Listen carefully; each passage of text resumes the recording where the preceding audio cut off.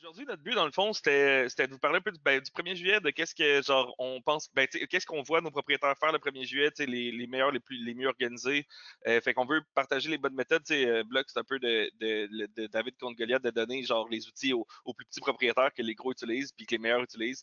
Fait qu'on veut répandre cette information-là, puis c'est notre but aujourd'hui. Euh, on va commencer par se présenter. Pour ceux qui ne me connaissent pas encore, François-Xavier Raté, j'ai fondé Block Solutions il y a 7-8 ans maintenant. On gère à peu près 10% des baux au Québec. Puis ben, c'est ça. Ça fait longtemps qu'on travaille avec Moving Waldo pour niveau marketing auprès des locataires pour les aider à déménager. Philippe, je te laisse t'introduire. Yes, salut tout le monde. Donc, Philippe, je suis un des cofondateurs de Moving Waldo. Puis, ben, écoute, quand FX nous a contactés pour faire un webinaire sur le déménagement, on s'est dit qu'on était pas mal la bonne personne pour faire ça. À ne pas confondre, là, on n'est pas une compagnie de déménagement. Nous, on est une plateforme web là, donc qui va aider les gens dans l'organisation de leur déménagement en développant des technologies pour les mettre à leur disposition. Donc, les déménageurs puis toute l'équipe, on connaît bien ça. Puis, ben, ça nous fait plaisir d'être là aujourd'hui. Merci à tout le monde d'être là de nous écouter aujourd'hui. Yes, fait que c'est ça, on essaie toujours de faire genre, on regarde tout le temps la saison. Quand on veut faire un webinaire, on regarde la saison, on regarde ce qui s'en vient dans les prochains mois, puis genre qu'est-ce qui nous tente de parler, puis on essaie de trouver le gars qui connaît le plus ça au Québec. Puis le 1er juillet, t'es probablement dans la personne qui connaît le plus le 1er juillet au Québec, pareil. Là. Donc c'est ça. On peut commencer par introduire sur pourquoi le monde déménage, c'est con là, mais tu sais le monde actually déménage. Puis j'ai été surpris moi-même par genre le nombre de décisions rendues en non-paiement de loyer, par le temps. Ouais, c'est ça. Dans le fond, je vous ai mis le tableau en bas de la slide ici. Fait que, évidemment, tu as les raisons classiques. Là, je veux dire, c'est sûr que dans des logements étudiants, je veux dire, tu vas avoir plus de déménagement parce que le monde a 2-3 ans, ils finissent leurs études. Comme la durée moyenne de bail au Québec, c'est autour de 3 ans et demi. Fait que c'est sûr que genre ça tourne plus dans le 1 à 2 ans proche des écoles, c'est plus long un peu en région. Mais même à ça, tu sais, on peut s'attendre à ce que genre à chaque année, à peu près un tiers, un quart de vos unités qui cyclent comme ça, qui se relouent. Puis j'ai été surpris justement, genre, je highlight en bas du tableau les nombres de décisions rendues pour non-paiement de loyer. T'as genre 15 000 décisions l'année passée, bon, une explosion, 24 000 pour 2019-2020. Je sais pas si ça inclut le COVID ou si ça peut être lié à ça. Puis 18 000 cette année, la dernière année pour lesquelles on a des chiffres. Genre, c'est quand même vraiment huge, là. Genre, 18 000 baux qui sont en défaut, qui se ramassent en jugement pour non-paiement de loyer. C'est sûr qu'il y en a certains qui peuvent avoir plusieurs décisions, mais ça doit être assez rare. Fait que si on assume, mettons que c'est comme 15 000 baux qui ont été en défaut, il y a à peu près 1 million de logements au Québec, fait que ça veut dire 1,5% des logements au Québec qui finissent au TAL pour non-paiement de loyer. Fait que c'est quand même, en tout cas, j'étais quand même surpris, puis ça voudrait dire que c'est à peu près 10%, 15% des déménagements qui sont, un petit peu moins que ça, plus, mettons, 8% des déménagements qui sont justifiés par un jugement au TAL. Ce qui est quand même surprenamment élevé. En tout cas, c'est ça. C'était une nice connaissance générale. Puis, tant qu'à parler justement de raisons de renouveler ou de pas renouveler, j'ai ressorti ce tableau-là qu'on avait utilisé lors de la présentation pour les avis de renouvellement. Je trouvais qu'il était quand même d'actualité. Ce qu'on voit dans le fond à gauche, c'est le pourcentage de probabilité qu'un avis de renouvellement soit accepté ou refusé. Fait qu'en rouge, c'est le nombre d'avis de renouvellement refusés. En vert, c'est ceux qui sont acceptés. Puis en bas, la slide en bas, c'est le pourcentage d'augmentation. Fait que ce qu'on voit dans le tableau qui est quand même vraiment intéressant, c'est que entre 0 et 2 pratiquement tout le monde accepte son renouvellement, effectivement. Fait que tu sais, as peut-être un 10 à peu près qui refuse le renouvellement. Fait que ce qu'on sait dans le fond, c'est qu'il y a un 10 des logements que peu importe combien tu les augmentes, ils vont quitter juste parce que genre ils ont d'autres obligations, ils ont un mariage, whatever. Il y a quelque chose qui a fait qu'ils ont prévu qu'ils avaient quitté. Puis au-dessus de ça, on peut assumer que les gens ont magasiné un logement, ont changé de logement, puis ont vraiment comme été actifs sur le marché. Puis ce qu'on voit dans le fond, c'est que surprenamment, tu sais, le drop entre 0% d'augmentation puis 10% d'augmentation, c'est à peu près 8-9% de probabilité. Bon, je n'ai pas sorti le détail exact du tableau, là, mais c'est à peu près 8-9% de chance. Fait que si vous êtes pour augmenter vos locataires, si vous les augmentez entre 8 et 10%, je dirais il y a à peu près 8% de plus de chances qu'ils disent non, ce qui n'est pas tant que ça. Là. Fait que genre ça, c'était un tableau qu'on avait sorti pour justement expliquer aux gens que à partir de 12%, on voit un drop-off signifiant. Là. Un locataire qui se fait augmenter plus que 12%, on voit que là, il décroche, puis qu'il y a beaucoup moins de chances de renouveler. Mais tu sais, l'argument de genre, il a quitté juste à cause que je l'ai augmenté de 3%, là, la probabilité que ce soit vraiment ça qui ait fait sa décision, c'est assez bas. Là. Ouais, c'est ça, Cédric. Ouais, ça c'est pas Cédric, voyons, excuse Philippe. Philippe, on avait brainstormé sur ce tableau-là tantôt. Qu'est-ce que t'en pensais? Ben, moi, je serais ça capoté. J'aurais aimé ça savoir ça avant pour mes propres locataires. Moi, je les ai augmentés de comme 4,6, puis j'étais comme, hey, j'espère que ça va être correct. Puis finalement, ils étaient comme, bah ouais. Fait Ouais, que c'est ça. Fait que, avoir su que c'était si peu élastique jusqu'à 12%, ben, il y a un petit peu ouais. plus de jeu si tu en as besoin. Là. Ouais, tu viendras dans nos webinaires la prochaine fois. Mais hein, Ça, c'est un tableau quand même cool pour nos partenaires. Surtout, mettons, ça a été un tableau important quand on a commencé à travailler ensemble sur le nombre de baux qu'on a qui commencent le 1er juillet. Fait que j'ai juste fait une petite recherche dans la base de données de blog, voir combien de baux qui commencent en juillet, puis je les ai graphés. On voit qu'on a comme la grosse majorité des baux, ben, ce qui semble être la grosse majorité des baux, mais quand je l'ai placé sous forme de tableau pour les 12 derniers mois, dans le fond, ça nous donne ça. Fait que ça veut dire que pour juillet, on a 39% des baux qui commencent le 1er juillet. Fait que c'est élevé, mais c'est pas 100% non plus. Là, genre, c'est drôle parce que mon équipe de marketing qui avait préparé le slides, il avait écrit la grande majorité des baux commencent le 1er juillet. Puis c'est comme intuitivement, c'est vrai que tu te dis ça. Puis justement, c'est quand j'ai lu cette phrase-là, j'ai dit, c'est-tu vrai? J'ai été voir dans la base de données de blog, puis finalement, effectivement, 40% des baux qui commencent en juillet. Fait que c'est pas la grande majorité, c'est juste mettons, il y en a plus, mais c'est même pas la majorité. Fait que, puis on voit aussi que les mois de juin ou septembre sont beaucoup plus actifs que les mois d'hiver. Fait que, tu sais, février, tu as 3,5% des gens qui déménagent, à août, septembre, 9%. Fait que tu as 2-3 fois plus de volume pendant l'été, même un mois régulier. Fait que c'est ça. Fait que ça, ben, j'assume que c'est juste parce que c'est plus le fun de déménager l'été. Euh, ben, la Phil, notion de ouais. saisonnalité, tu sais, c'est assez évident que c'est juste à cause de la température, parce que quand on regarde ce qui se passe au sud de la frontière, la saisonnalité est beaucoup plus aplanie. Même dans le reste du Canada, tu sais, au Québec, on a une température qui est très, très brutale en hiver, mais tu sais, si tu regardes Mhm, le coin de Toronto ou Vancouver, c'est beaucoup plus doux, puis la saisonnalité est beaucoup moins là. Ça reste qu'il n'y a pas de 1er juillet en dehors du Québec, c'est vraiment juste au Québec qu'il y a le 1er juillet, là, c'est très culturel, mhm. mais ça reste que c'est vraiment impacté par la température, là, c'est rien d'autre que ça. Là. Ouais. C'est que, ouais, non, c'est plus. Par rapport au volet culturel au Québec, genre, il y a aussi un historique. Là, avant, il y avait des lois qui obligeaient le 1er juillet pour plusieurs contrats et tout ça. Là. Fait qu'il y avait il y a des raisons historiques aussi. Là, mais oui, on voit. Ben, en tout cas, c'est intéressant de voir effectivement que le double été, c'est comme. Ouais, c'est ça. Puis j'imagine que tu vois les mêmes stats de ton bord, tes déménageurs. À quel point est-ce que le coût des déménageurs augmente pendant l'été parce qu'ils sont plus occupés? C'est-tu Beaucoup. comme x2, x50? Tu sais, ça a l'air de quoi? Ben, le 1er juillet, ça doit être vraiment plus cher. Oui, oui, ben, c'est capoté. Là. Quand tu le vois, mettons, si tu regardes exactement, tu sais, pour ceux qui sont curieux, là, quand vous allez dans notre plateforme, si vous regardez les prix des soumissions des déménageurs, tu peux le voir dans un calendrier. Fait que quand Mhm. tu mets une date autour du 1er juillet, tu peux voir les 7 jours avant puis après la jour que tu essaies, un peu comme Google Flight quand tu cherches un vol. Ouais. Puis tu peux voir que d'une semaine à l'autre, ça double. Là. Ok. Ouais. C'est vraiment significatif. C'est Ouais, c'est ça. vraiment pas à l'avantage du locataire que de déménager autour du 1er juillet au niveau des coûts. Là. C'est Ouais. significatif.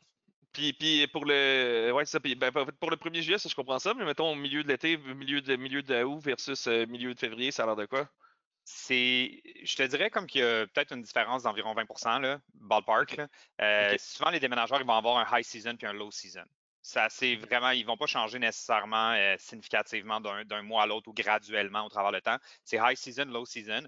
Par contre, au Québec, il y a une braquette vraiment 1er juillet où est-ce que les prix Ouais. sont carrément doublés. Parce que quand tu y penses, cet événement-là, ça vient briser complètement les forces du marché. Là. La Ouais, demande devient c'est clair. beaucoup plus forte que l'offre, c'est ça qui arrive. Là. C'est clair. Euh, mais ouais, Ouais, donc il y a une bonne chaque année, nous autres, circulation. on louait des camions sauvageaux dans ma compagnie ben, c'était pas ma compagnie, mais quand j'étais jeune, je travaillais dans une compagnie événementielle.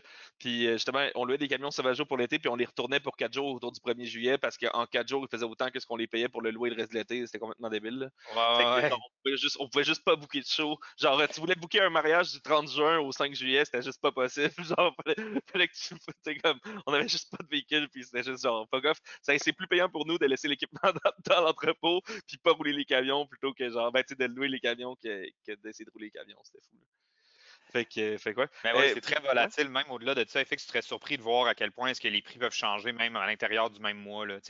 Fin de mois, c'est toujours un peu plus cher. Milieu de semaine, c'est moins cher. Il y a une volatilité qui se fait plus légère, mais même là, à la semaine près ou au jour près. Là. Ouais, c'est clair, c'est intéressant. Puis ouais, en plus c'est drôle parce que genre tu sais, tu te dis, ok, les gens choisissent de pas déménager en hiver parce qu'ils veulent pas se branler dehors. Sauf qu'en même temps, les déménageurs sont moins chers. Puis si t'as des déménageurs, c'est pas toi qui vas genre, je veux dire, c'est pas toi qui vas être dehors anyway. Fait que genre, dans le fond, c'est comme con. Là, tu devrais choisir de déménager l'hiver parce que les déménageurs sont moins chers et c'est pas toi qui va se faire chier avec un manteau. Là, tu sais. 100%. Fait que c'est clair. Euh, Ouais, c'est ça. Bon, gérer les locataires qui s'en vont. Tu sais, quand on a préparé notre webinaire, on a brainstormé un peu sur, tu sais, ben déjà, toi, en tant que propriétaire, qu'est-ce que tu fais ou qu'est-ce que tu devrais faire dans tes logements. Puis genre, tu sais, on est toujours un peu plus dans qu'est-ce qu'on devrait faire versus qu'est-ce qu'on fait. Fait que, Ouais. explique-moi un peu qu'est-ce qu'un bon propriétaire devrait faire pour s'assurer que ses logements, ça se passe bien son 1er juillet. Puis après ça, explique-moi ce que tu fais là-dedans puis ce que tu fais pas encore parce qu'il faudrait que tu le fasses si t'as pas le temps.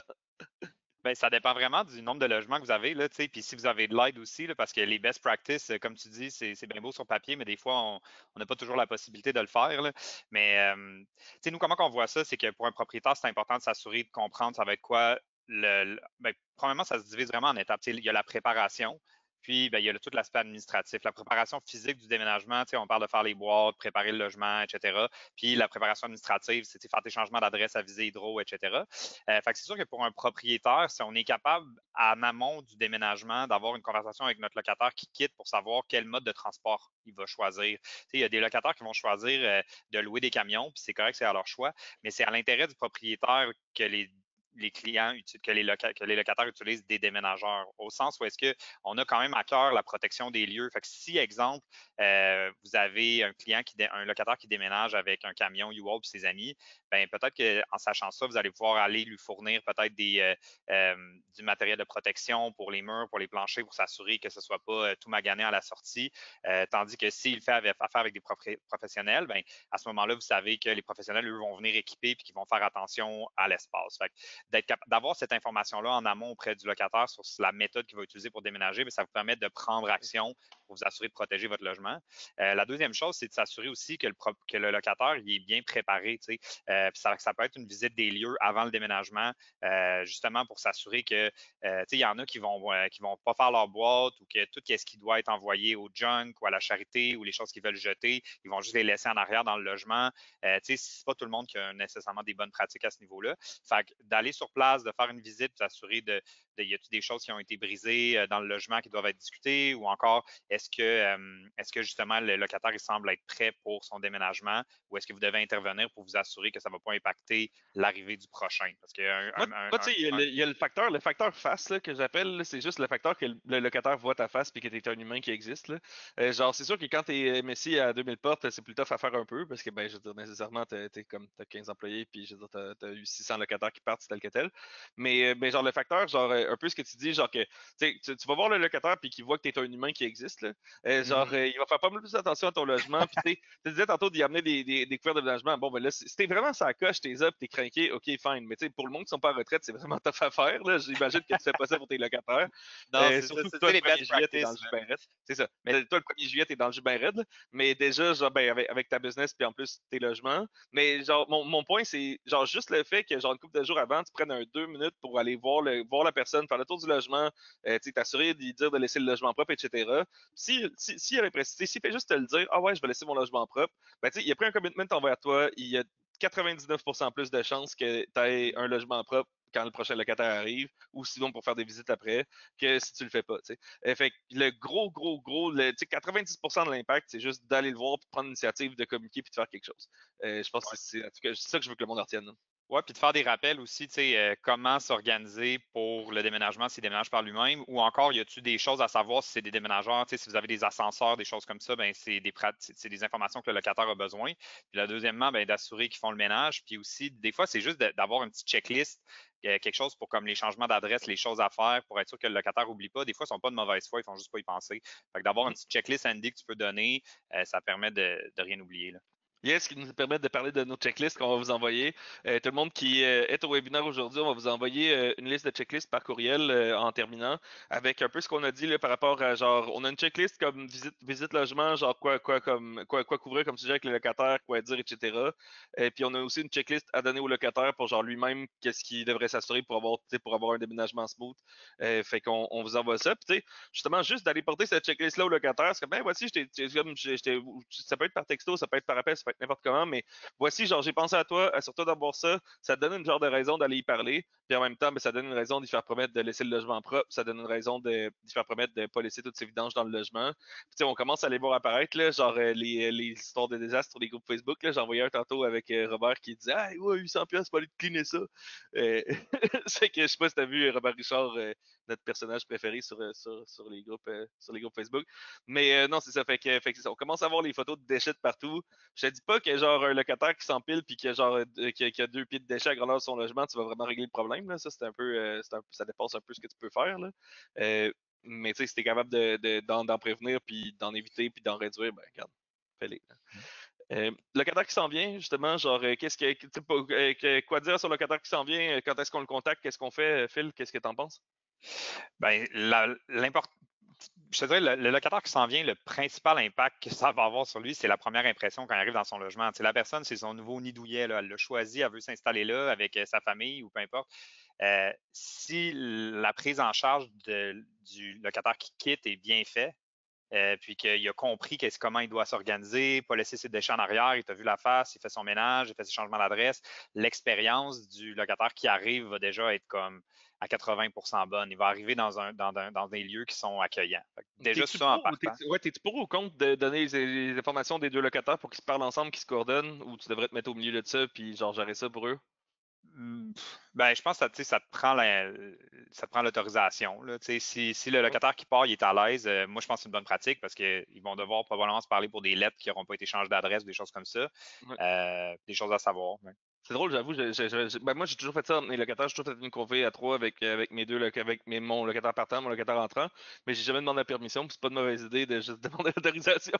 Il va se Ben, c'est sentir un petit peu fou plus aujourd'hui, respecté. là. Puis genre, tu sais, ça coûte pas bien cher à faire. Puis je dois avouer que moi, je devrais changer ça. Tu sais, il me fait penser, là. Mais genre, Ouais. c'est une affaire de Ben, jeune. écoute, Genre, donc, j'avoue, j'aime nous, ça quand même. peut-être que c'est une déformation du métier. Là, on a des millions de personnes qui s'inscrivent sur nos plateformes, fait qu'on est vraiment régi à comme la protection des consommations, Ouais. des informations personnelles, mais je trouve que c'est des bonnes pratiques. Les gens sont vraiment rendus stressés avec ça. Fait que c'est peut-être Oui, juste c'est une vrai, mais tu sais, façon c'est ça, c'est respectueuse drôle, de c'est le ça, faire. comme dans ma business, j'oserais jamais dans ma business, dans le fond, quand tu y penses, mes immeubles puis blocs, c'est des business les deux, là, mais dans ma vraie business bloc, genre, justement, j'ai un set de règles que j'obéis, puis justement, je demande des permissions pour ces choses-là, Ouais. puis genre, dans mes logements, je me suis toujours, genre, un peu plus, j'ai toujours été un peu plus agressif dans ma gestion, mais tu sais, ça, c'est dans le fond, c'est une façon facile de gagner des points auprès de tes deux locataires, puis genre, tu sais, je veux dire, c'est pas, Ça se peut qu'il ait besoin de se parler, tu sais. Puis une autre affaire, c'est qu'après, tu sais, si tu gères bien lui qui sort, tu vas déjà avoir fait une bonne partie du travail pour lui qui rentre. Mais tu sais, ça reste que les locataires, les gens qui déménagent, ils aiment les checklists, là, sont stressés, là, ils ont plein de choses à faire. Fait que si tu as des checklists de tu sais, des éléments à savoir dans le nouveau logement, exemple, qu'il y a des règles,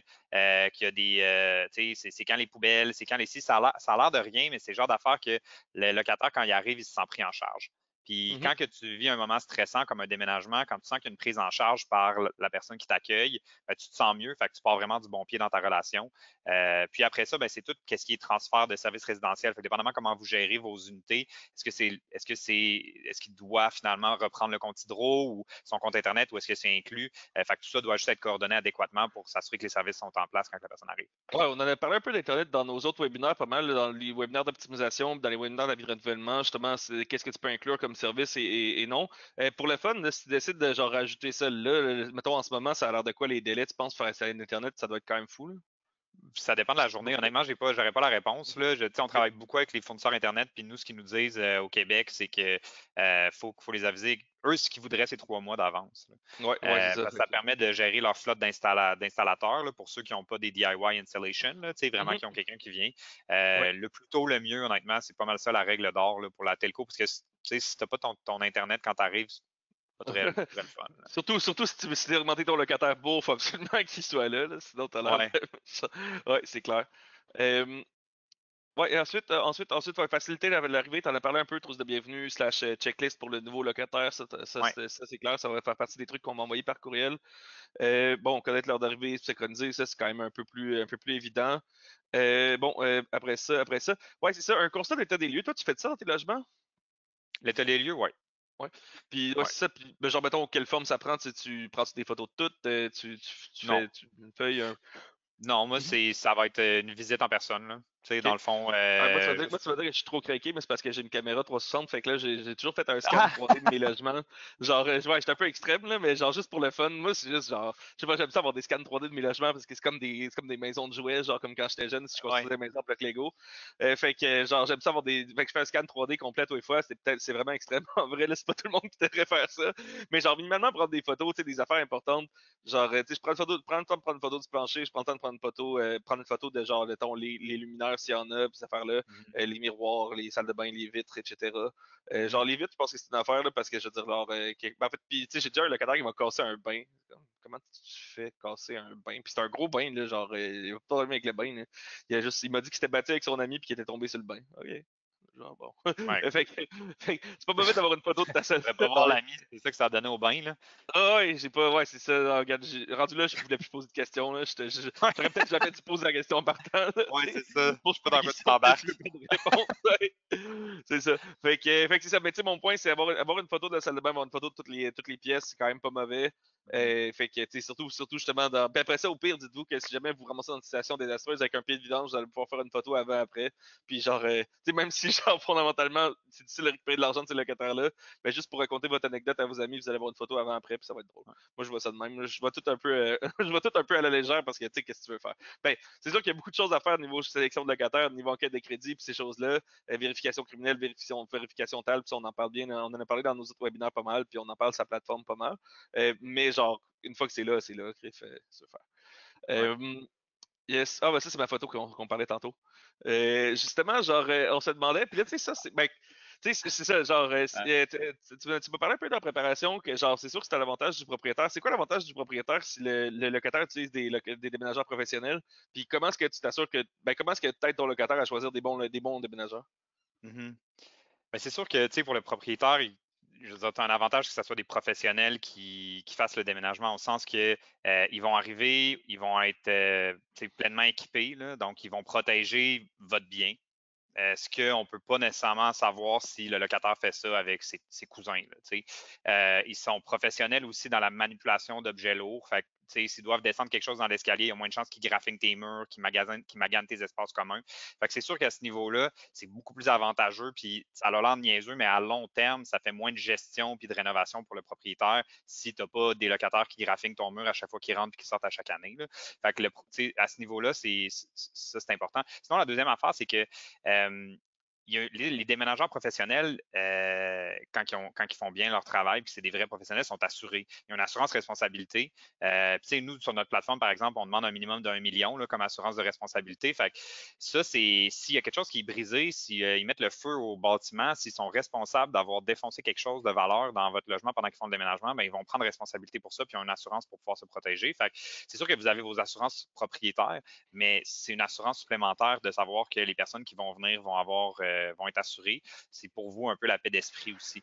Ouais, puis tu sais, le monde, puis surtout depuis qu'on a commencé à faire de l'assurance chez Block, il y en a plusieurs d'entre vous qui vont recevoir des appels là-dessus. Ben, en fait, ceux qui ont donné leur consentement dans la plateforme, là, parce qu'on a demandé à tous nos clients s'ils voulaient se faire contacter pour l'assurance.